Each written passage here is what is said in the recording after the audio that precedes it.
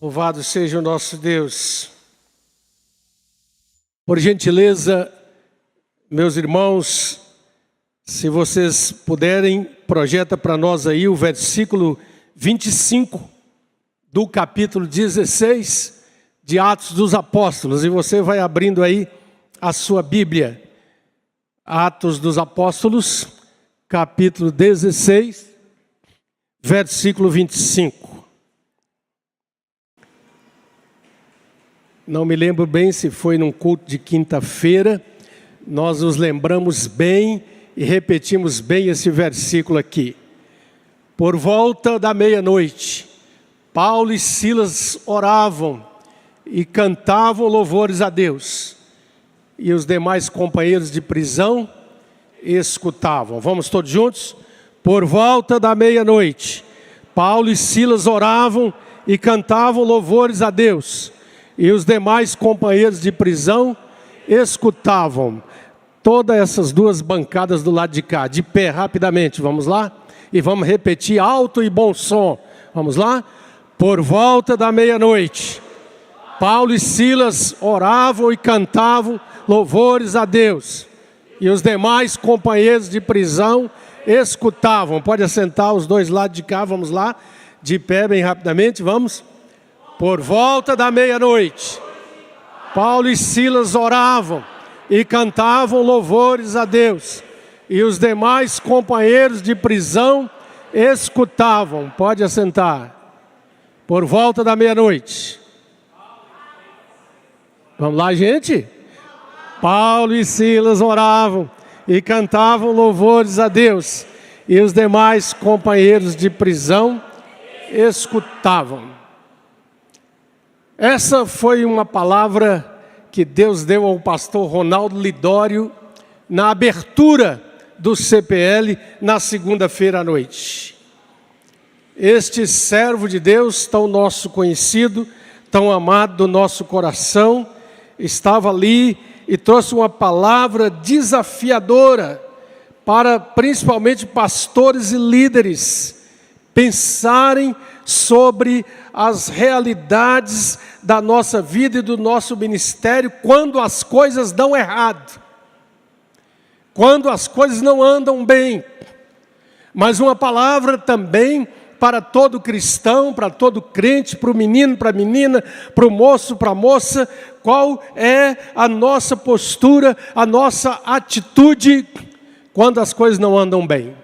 Lembrando que para chegar a Filipos e sofrer aquela prisão, aquela humilhação, espancamento, ir para a cadeia com troncos nos pés, os apóstolos estavam caminhando na direção de uma visão do Senhor, atendendo ao pedido que Paulo recebeu em sonhos de um varão macedônio, dizendo, passa a Macedônia e nos ajuda, e eles estavam ali naquele momento de extrema dificuldade. Por volta da meia-noite. Meia-noite sempre tem na literatura e na história da humanidade um toque assim, meio direto de um momento de apreensão, de um momento de medo, de um momento de temor, de um momento, um horário limite entre duas metades do dia, mas eles estão no pior lugar, na pior condição, em escuridade, cárcere interior, cheio de escuridão. Leia o texto depois de Atos 16, em casa você vai ver que o próprio carcereiro para entrar precisou pedir uma luz tão escura naquele lugar, mas por volta da meia-noite, Paulo e Silas, o que, gente? Oravam e cantavam louvores a Deus, e os demais companheiros de prisão escutavam. O pastor Ronaldo disse, coisa que todos nós já sabemos. A palavra de Deus é sempre rica, anima, entusiasma, encoraja o nosso coração, porque ela diz coisas comuns que nós precisamos ouvir, aprender e colocar no nosso coração. Enquanto no deserto nós aprendemos a ser fiéis ao Senhor, a oração nos desperta para a ousadia e a intrepidez nos momentos em que as coisas se tornam difíceis. Então lembra bem dessa palavra. É daqueles textos da palavra de Deus que nós precisamos decorar. Simples e fácil. Que horário foi? Onde eles estavam? O que eles estavam fazendo? Cantando e orando. Então, por volta da meia-noite, Paulo e Silas oravam e cantavam louvores a Deus. E os demais companheiros de prisão escutavam. Eu li, tempos atrás, um livro muito precioso do celebrado e conhecido autor inglês, C.S. Lewis, cristão inglês. E o nome do livro é provocativo, o nome do livro é A Última Noite do Mundo. Quem viu essa frase hoje em algum lugar? Quem leu essa frase hoje em algum lugar? Algumas pessoas leram, né? No convite e na lembrança para você vir para o culto. A Última Noite do Mundo. E nesse livro ele cria uma ideia, realmente, de aquela era a última noite do mundo que antecedia o raiar da manhã, onde o Senhor apareceria, o sinal do Filho do Homem seria visto nas nuvens do céu, e ele voltando com poder e muita glória. A última noite do mundo. Se hoje fosse a última noite do mundo, ou a última noite da sua vida, da minha vida, da nossa vida, que tipo de atitude, de desejo, de entusiasmo, de vontade, de plano, de projeto estariam no nosso coração? Tivemos o privilégio de ouvir alguns pregadores convidados pelo pastor Jeremias. Por exemplo, ouvimos o pastor Rafael Abdala, um menino. A gente, depois que os cabelos embranquecem, pode usar essa expressão. Um menino de 27 anos, Fred. 27 anos. Advogado de sucesso em Guarapari.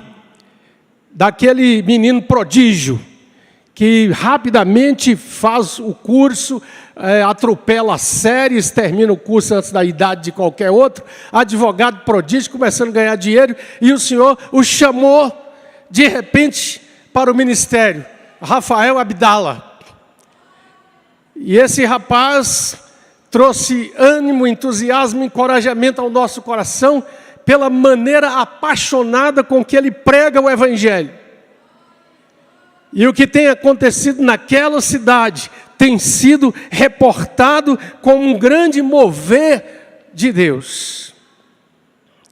Tivemos o privilégio de ouvir o bispo Carlos Damasceno, de uma igreja, esse agora com 40 anos de idade, uma igreja plantada há menos de 6 anos, no bairro Carlos Prates, em Belo Horizonte. E esse irmão, vindo lá de Brasília, ele disse, chegando, Deus deu a direção para ir para aquele bairro, para ir para aquele lugar, e ali plantar a igreja, com uma visão renovada, disposta a alcançar as pessoas. E ele disse que começa a conversar com as pessoas, crentes, alguns que moravam ali, e disseram para ele, pastor, esse bairro não dá. Esse povo aqui é supersticioso até não poder mais. Ele é um povo religioso. Ele falou, é mesmo? Conta mais para mim. Esse bairro é cheio de misticismo. Aqui tem vários lugares onde há cultos demoníacos mesmo, e invocação de espírito e tudo mais. Então esse povo é muito místico. Ele diz, é místico. Conta mais para mim, o que mais? Esse bairro, pastor, é cemitério de igrejas e acabador de carreira de pastores. Ele disse, é mesmo. E a pessoa foi narrando as coisas. E ele então disse que pegou toda aquela informação, chamou o grupo que estava com ele para plantar a igreja, colocaram-se de joelhos, foram para a oração e entenderam, então é aqui. O povo é religioso, precisa conhecer a palavra verdadeira de Deus. O povo crê no sobrenatural, invoca o que é místico. Então esse povo precisa saber que um dia Deus enviou seu Filho ao mundo para salvar os pecadores e que Ele é poderoso para fazer a obra do Evangelho germinar no coração. Aqui foi cemitério de igrejas, igrejas abriram e fecharam. Vamos orar, vamos pedir a Deus que a gente entre aqui para levar a mensagem de esperança e depender somente do Senhor. Não depender de nossos recursos, não depender de achar que nós somos capazes de fazer coisa nenhuma. Se é dessa maneira, mais do que nunca nós precisamos aqui não dar um passo sequer sem buscar a graça, a direção de Deus e a proteção de Deus. E meus irmãos, que coisas extraordinárias Deus tem feito usando aquela igreja ali. É claro que tem outras igrejas pregando o Evangelho, como ele mesmo disse, é claro que ali, ao longo dos anos, tem havido vários tipos de semeadura, mas eles entraram ali, com essa visão, de mostrar para o povo que a igreja está presente no bairro, para levar a mensagem da alegria, da paz, da salvação, do renovo de vida. E fizeram umas coisas extraordinárias ali, viu? Em uma outra ocasião, eu posso compartilhar mais com os irmãos, mas iniciativas maravilhosas de demonstrar o amor de Deus para aquele povo. Só uma delas. A igreja toda se mobilizou, meninos, meninas, crianças, jovens, e entre 2 horas e 4 horas da manhã, andando pelas ruas do bairro, orando, clamando pelas famílias, e prepararam milhares de coraçõezinhos, balão em forma de coração, com uma mensagem de amor, e colocado na porta das casas, dos prédios, nas árvores, nas praças. E quando as pessoas despertaram de manhã, estavam vendo aquelas mensagens e recebendo aquelas mensagens, foi um impacto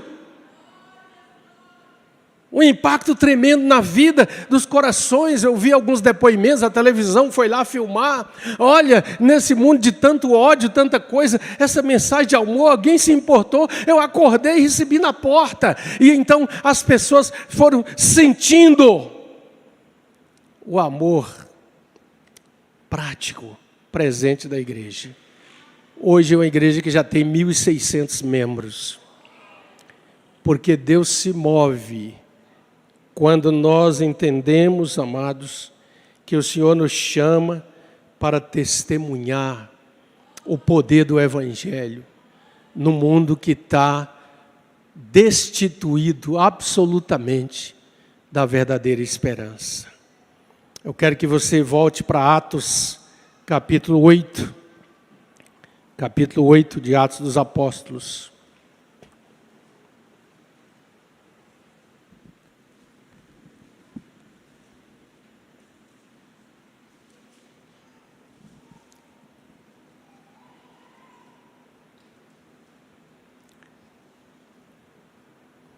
Naquele dia levantou-se grande perseguição contra a igreja em Jerusalém. E todos, exceto os apóstolos, foram dispersos pelas regiões da Judéia e Samaria. Alguns homens piedosos sepultaram Estevão e fizeram um grande pranto sobre ele. Saulo, porém, assolava a igreja, entrando pelas casas e arrastando homens e mulheres, encerrava-os no cárcere. Entre mentes, leia comigo o verso 4, entre mentes, os que foram dispersos iam por toda parte pregando a palavra. Os que foram dispersos,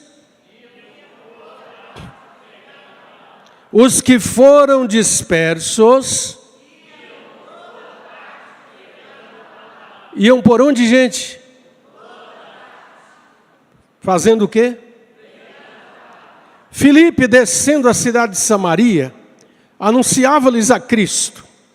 As multidões atendiam unânimes às coisas que Filipe dizia, ouvindo-as e vendo os sinais que ele operava. Pois os espíritos imundos de muitos possessos saíam gritando em alta voz, e muitos paralíticos e coxos foram curados. Verso 8. E houve.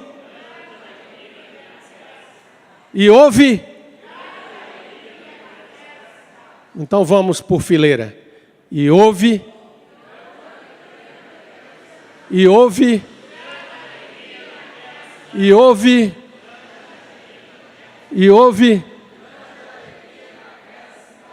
O Senhor trouxe esse texto ao meu coração no contexto de tudo aquilo que nós estávamos ouvindo ali. Houve grande alegria naquela cidade. Grande alegria naquela cidade, é a cidade de Samaria. Nós estamos no 1º século. Uma cidade grande, uma cidade antiga, uma cidade onde já havia gente morando há muito tempo, uma cidade de muitos acontecimentos dentro do contexto do Império Romano e de tudo aquilo que havia ali, uma cidade que tinha toda uma história, mas de repente, como que pela primeira vez na narrativa a respeito daquela cidade, na descrição daquela cidade, nós encontramos esse versículo 8, tremendo, maravilhoso, dizendo: e houve grande alegria naquela cidade. Porque houve grande alegria naquela cidade? Volta para o texto. Porque alguém que foi mandado embora de Jerusalém, expulso por causa da perseguição da igreja, não deixou de falar a palavra de Deus. E Filipe, um dos que foram escolhidos para a diaconia, teve que sair, desceu à cidade de Samaria, versículo 5. E o que ele fez? Anunciava a Cristo. Anunciava quem, gente? O que Filipe fazia? Filipe entrou na cidade de Samaria e começou a falar de Jesus. Imagine você, o texto bíblico, ele não é minucioso em detalhes, a palavra de Deus é rica, por isso mesmo nós devemos ler e trazer para o nosso coração e deixar que o Espírito Santo vá nos mostrando, nos iluminando, nos direcionando, para nós vermos a abrangência. Imagina um homem entrando na cidade de Samaria, indo a um, indo a outro, indo a mais outro, indo no comércio, indo lá onde as pessoas estavam trabalhando e anunciando a Jesus. Grande avivamento que varreu alguns países da África, principalmente entre os Zulus, em 1992. Alguns pastores, amigos nossos, foram até lá. Pastor Jeremias Gonçalves, me lembro das nossas conversas sobre isso. Pastor Jeremias também, da 8ª igreja, esteve lá numa outra ocasião. E é interessante porque eles tinham reuniões de 3, 4, 5 horas de duração. E a palavra que era pregada nessas reuniões era basicamente esses 4 ou 5 pontos. Primeiro, você é um pecador. Segundo, arrependa-se dos seus pecados. Terceiro, Jesus morreu por você. Quarto, entregue sua vida a Jesus. E quinto, sua vida será mudada. Aleluia! Ei, você está ouvindo? Sua vida será mudada. Você é um pecador. Nós somos pecadores. Jamais podemos esquecer essa verdade do Evangelho, de que Jesus Cristo morreu pelos nossos pecados segundo as Escrituras. Essa mensagem é a mensagem do avivamento, porque ela é a mensagem da realidade que encontra a mim e a você, enquanto ainda não arrependidos, enquanto ainda não entregues a Jesus e recebendo o seu sacrifício, para que a nossa vida seja mudada. Nós não ouvimos grandes novidades ali no CPL. Nós ouvimos aquilo que a gente precisa ouvir uma vez e ouvir de novo várias vezes. Que nós temos que ser dependentes do Senhor, que nós temos que ter obediência, que nós temos que ter paciência e que nós temos que trabalhar para que o Evangelho chegue às pessoas. Tocou muito o meu coração, Fred. Os adolescentes da igreja naquela alegria, um mover de centenas de pessoas voluntárias trabalhando. E numa das noites foi por conta dos adolescentes, e eles formaram uma fileira de um lado, outra do outro, da entrada do templo. E nós íamos chegando, e os pastores iam chegando, e esses meninos e meninas cantando e pulando e clamando a Deus com aquela alegria, né? E eu fiquei tão entusiasmado que eu comecei a pular e cantar também, porque eu não vou ficar para trás, né? E meus netinhos, Nanda e Luca, envolvidos, um trabalho maravilhoso, juniores, procurando estar juntos do movimento de oração, orando pelos pastores, entendendo que um movimento daquele, e depois cada um desses vai para suas cidades, e o vigor é renovado, o ânimo é renovado, a alegria de servir ao Senhor é renovada, e então a gente vai. E a igreja precisa orar por isso.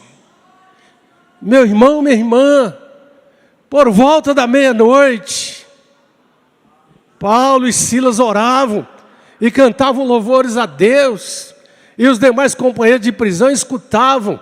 Por favor, dá uma olhadinha aí do seu lado, quantos lugares, quantas pessoas daria para sentar aí nesse banco vazio? Todo mundo olha para o banco vazio, a sua esquerda e a sua direita. Olha para o banco vazio, olhou? Diga assim: Senhor, usa a minha vida para trazer um pecador, para ouvir a tua palavra. Amém? Você e eu podemos fazer. Com quem você tem falado, a quem você tem convidado, no seu consultório, no seu escritório, no seu comércio, na sua agência de veículos, no seu emprego público, no mercado, onde você trabalha, para dizer: olha, vem, eu quero que você conheça a graça, o poder de Jesus. O tempo urge e avança. Nós não podemos mais continuar na mesma toada, porque o tempo está avançando, amados. Porque a palavra de Deus diz: livra os que estão indo para a morte, adolescentes, meninos e meninas. Nós precisamos abrir os nossos olhos. Quantos coleguinhas ainda não conhecem Jesus? E a pergunta que você e eu, não só adolescente, moço, moça, homem, mulher, tem que fazer todo dia olhando para o espelho é essa: eu já sou de Jesus, eu já entendi essa mensagem simples, você é um pecador, arrependa-se dos seus pecados, Jesus morreu por você, entregue sua vida a Jesus e sua vida será mudada. E se não foi mudada, faça de novo o ciclo novamente, até acontecer, porque vai acontecer. Todo aquele que pede, recebe, todo aquele que busca, acha, e a todo aquele que bate, a porta será aberta. O Senhor incomodou muito o meu coração, e eu disse: pastor Marcos, eu quero pregar. Viajei, cheguei de tardinha, dirigi de Belo Horizonte até aqui, mas o Senhor me deu força. Falei: Marcos, eu preciso fazer isso na volta, não é? Para não cair na mesmice de cada dia. Mas uma palavra que o Senhor deu lá para os pastores também foi essa, do Salmo 103 e de Isaías 40. O tema foi como águia. Como águia. Diga comigo: faz forte ao cansado e multiplica as forças ao que não tem nenhum vigor. Bendize a minha alma o Senhor, e tudo que há em mim, bendiga o seu santo nome. Bendize a minha alma o Senhor, e não te esqueças de nenhum só dos seus benefícios. Houve alegria em toda aquela cidade. Pelo amor de Jesus Cristo, Senhor, meu irmão, minha irmã, pastor, presbítero, diácono, evangelista, olha aqui para mim, pelo amor de Jesus, ande pelas ruas e peça ao Espírito Santo: eu estou no meio, eu também quero fazer isso, e ouça o gemido da tristeza.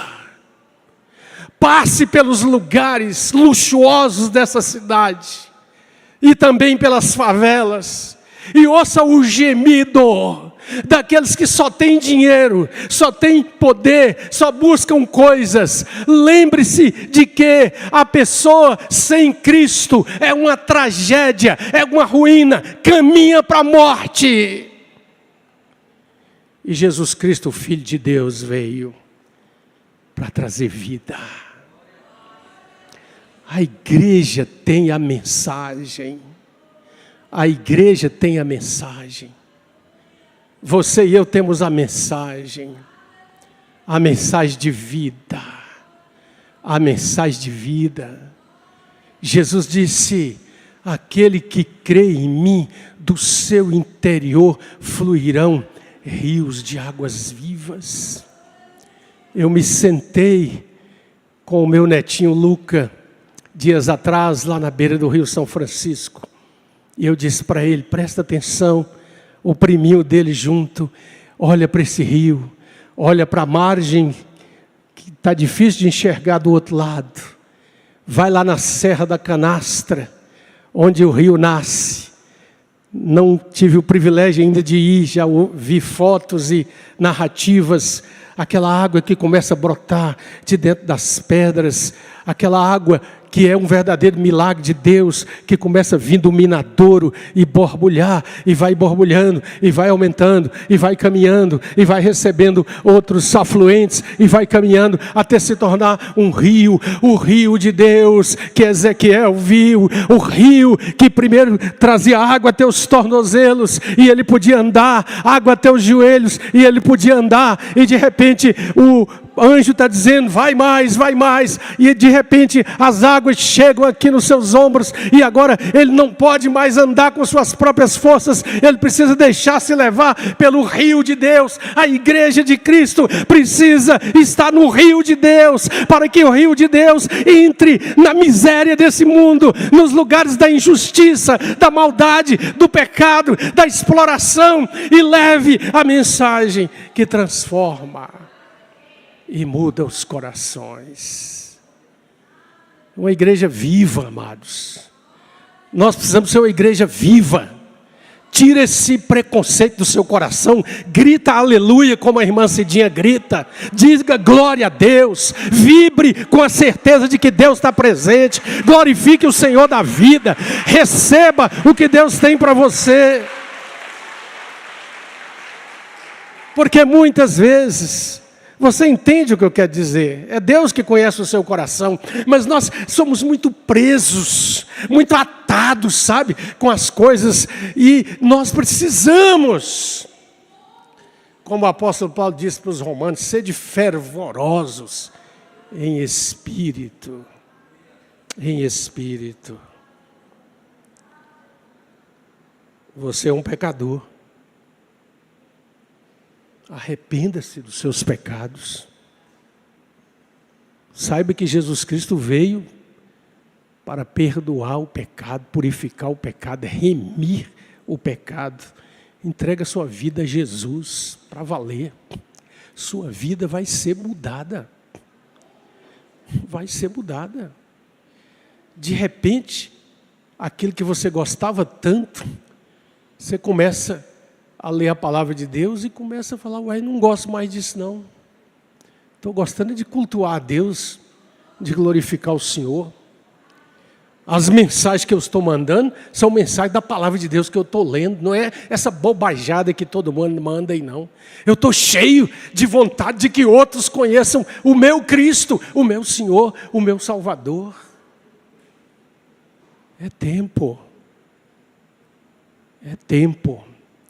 Não vale a pena, se nós formos continuar a caminhada desanimados, achando que tudo que temos que fazer é vir uma vez na semana para a reunião da igreja, uma vez. Alguns estão em casa até hoje, não voltaram. Ô Senhor, tem misericórdia.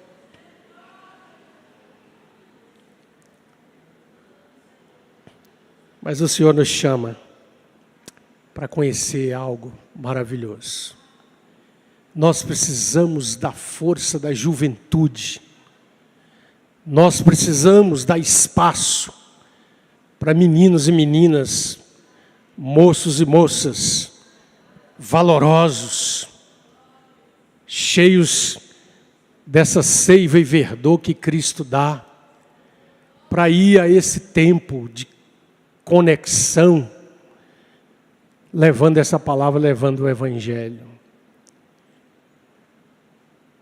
Porque a palavra diz que mesmo os jovens se cansam e se fatigam, e os moços de exaustos caem, mas os que esperam no Senhor renovam suas forças. Renovam suas forças. Eu queria terminar essa palavra, apenas um compartilhar, tem tanta coisa aqui. Eu anotei tanta coisa nesse caderninho. Glória a Deus.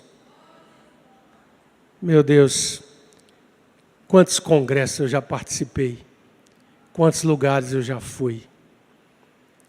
E de repente o Senhor me falou, tem coisa nova para você aqui. Glória a Deus. Glória a Deus. Cadê o Dênio? Dênio, vem cá com a turma, vamos cantar mais um cântico. É sempre bom terminar o culto cantando, adorando, louvando a Deus. Vamos cantar mais uma vez essa maravilhosa graça, esse infinito amor que nos perdoou, que levou a cruz que era sua e minha, porque Ele tomou sobre si as nossas dores e os nossos pecados. Meu irmão, minha irmã, rogue a Deus que você seja um evangelista. Estava na casa do Júnior e um dia estava muito em cima da hora, tive que pegar o Uber para ir para a 8ª igreja. Aí anunciou lá a Priscila. Entrei no carro, senhorita lá, Priscila, bom dia, paz de Jesus. Ela, paz de Jesus. E eu disse, nós vamos para a 8ª igreja. Você conhece a 8ª igreja?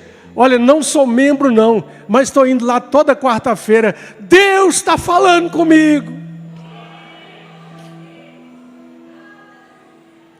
Você leva uma mensagem para o motorista do Uber?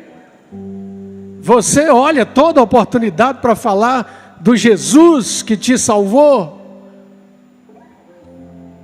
É tempo. O tempo é agora. Nós precisamos contagiar um ao outro. Chamar uns aos outros. Chamar para a oração. Quinta-feira, aqui, o segundo tempo do culto é toda a igreja orando. Oração. Fica de pé. Diga, por volta da meia-noite, Paulo e Silas oravam e cantavam louvores a Deus. E os demais companheiros de prisão escutavam. Amém. Vamos adorar. Aleluia. O Senhor colocou no meu coração, pastor, uma outra canção aqui. Aleluia. Feche os teus olhos. Junto a ti, Senhor, junto a ti, Senhor, junto a ti, em tua presença,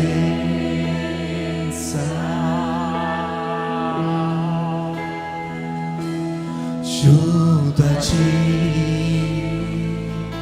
Senhor,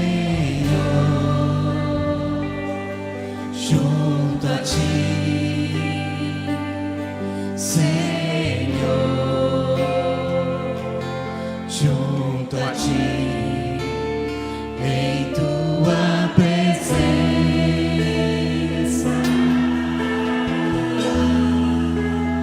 quero ser um vaso em tuas mãos, pra te exaltar e adorar. Vem moldar o meu coração e todo o meu ser. Aleluia. Santo, santo. queremos, Jesus. Quero mais, Senhor, muito mais, Senhor. Eu quero mais de tua presença. Eu quero mais uma vez, quero mais.